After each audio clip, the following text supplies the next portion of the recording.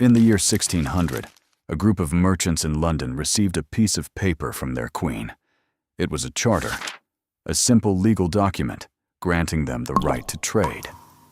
Nothing about that piece of paper suggested what was coming next. Within 2 centuries, the company formed by that single document would have its own army, larger than the army of the country that created it. It would collect taxes from more people than most kings in history ever ruled. It would make decisions that caused famines, reshaped economies, and altered the fate of an entire subcontinent. This was not a government. This was not an empire in the traditional sense. This was a company. Today, on Wealth Untold, we are uncovering the story of the East India Company, how a private trading business, driven purely by profit, became one of the most powerful and feared forces the world has ever seen. By the end of this video, you'll understand the exact mechanism, the step-by-step process, by which a corporation can grow powerful enough to rule nations. And you'll see why this story matters more today than ever before. Let's begin. At the start of the 1600s, the spice trade was the most profitable business on earth. Pepper, cinnamon, cloves, nutmeg. These were not just flavorings. In Europe, spices were worth more than gold by weight in some cases, and the source of nearly all of it was one place: Asia. Specifically, the Indian subcontinent and the islands beyond it. The problem was that this trade route was controlled almost entirely by the Portuguese and Dutch. English merchants were locked out, watching enormous profits flow to their rivals. So a group of London merchants did something simple but powerful.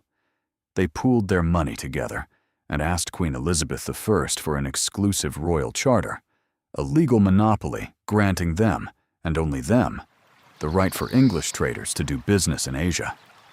On December 31st, 1600, she granted it. This is the moment that changed everything. Notice what actually happened here. A group of private businessmen received a government-granted monopoly, backed by the full legal and political authority of the English crown, but operated entirely as a private, profit-driven enterprise. This combination, private ambition, backed by state power, is the exact formula that would allow the company to grow far beyond what any normal business could ever become. In its first decades, the company operated cautiously. It built trading posts, negotiated with local rulers, shipped goods back to England. By most measures, it was simply a very successful trading business. But everything changed when the company arrived in India. By the early 1700s, the once mighty Mughal Empire, which had ruled most of India for nearly 2 centuries, was weakening. Internal conflicts, succession battles, and regional rebellions were fracturing its central authority, the East India Company noticed. And here is where the company's psychology shifted in a way that would define the next 150 years. As Mughal central power weakened, regional governors and local rulers began competing for power, money, and military support. The company began doing something no trading business had ever done at this scale. It started taking sides in local political conflicts in exchange for trading privileges, land, and tax collection rights. In 1757, this strategy reached its turning point. At the Battle of Plassey, the company's forces, combined with local allies they had cultivated through bribery and political maneuvering, defeated the Nawab of Bengal. The prize? Bengal, one of the richest, most fertile, most populous regions in all of India. And here is the part that historians still find almost unbelievable. After this victory, the company didn't just gain trading rights in Bengal. It gained the right to collect taxes from an entire region with millions of people. Think about what that actually means. A private company, accountable to shareholders in London who cared primarily about profit, now had the legal authority to tax an entire population, the same authority previously held only by emperors and kings. This is the single most important moment in the entire story. The company had crossed an invisible line. It was no longer just a business operating within a country. It had become a government, while still legally remaining a company. Once the company began collecting taxes from Bengal, something remarkable happened.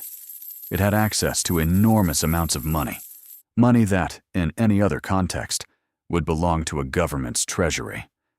And the company used that money the way any organization with resources and ambition would. It expanded. It used Bengal's tax revenue to fund and expand its own private army, recruiting soldiers, many of them local Indian soldiers known as sepoys, trained and equipped in the European military style. By the early 1800s, the company's army had grown to over 200,000 soldiers.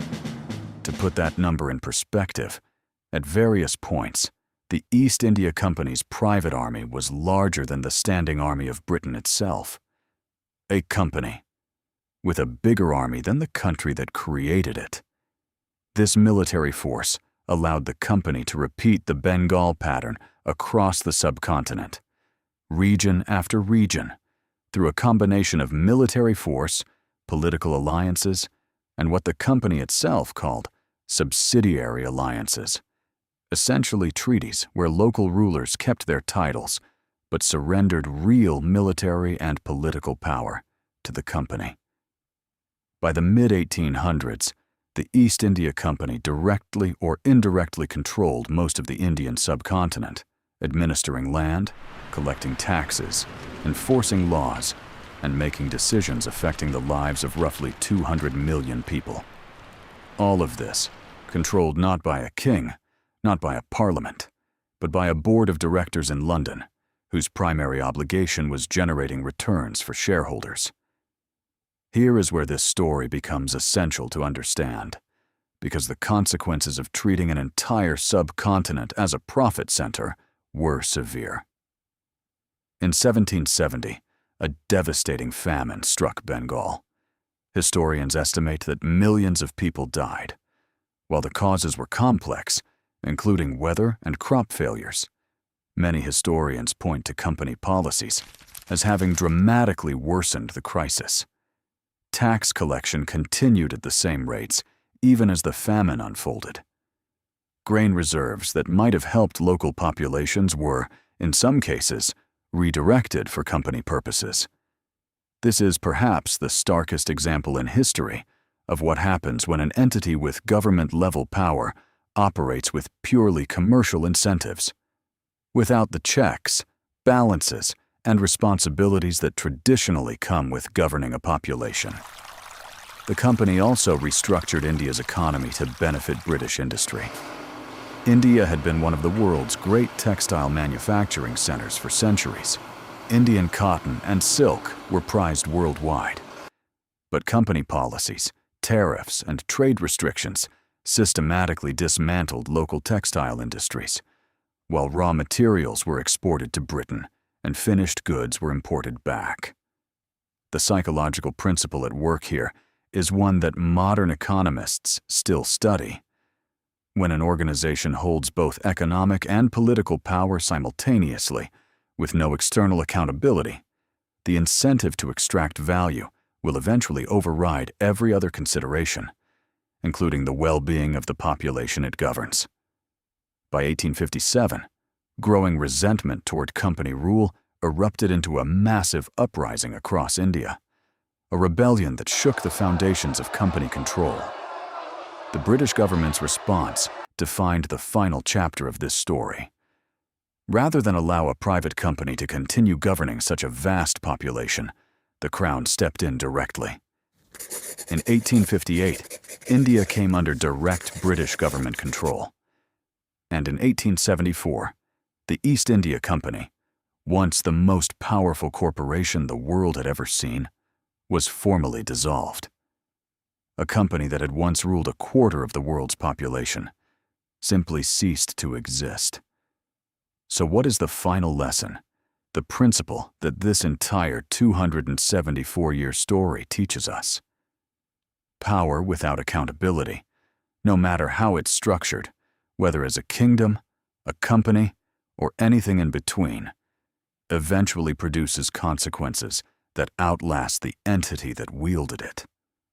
The East India Company is gone, but its impact on global trade, on corporate law, on the relationship between business and government, and on the history of an entire subcontinent, still shapes the world today.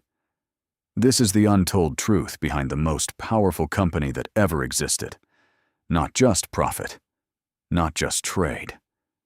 But what happens when commercial ambition is given the tools of an empire, and no one is left to say no? And that is how a company becomes an empire. If this story changed the way you think about power and money, subscribe to Wealth Untold. Because next time, we go even deeper into the story of a fortune so massive it nearly vanished overnight, and the brutal lesson every empire eventually learns about how fast it can all collapse. Don't miss it.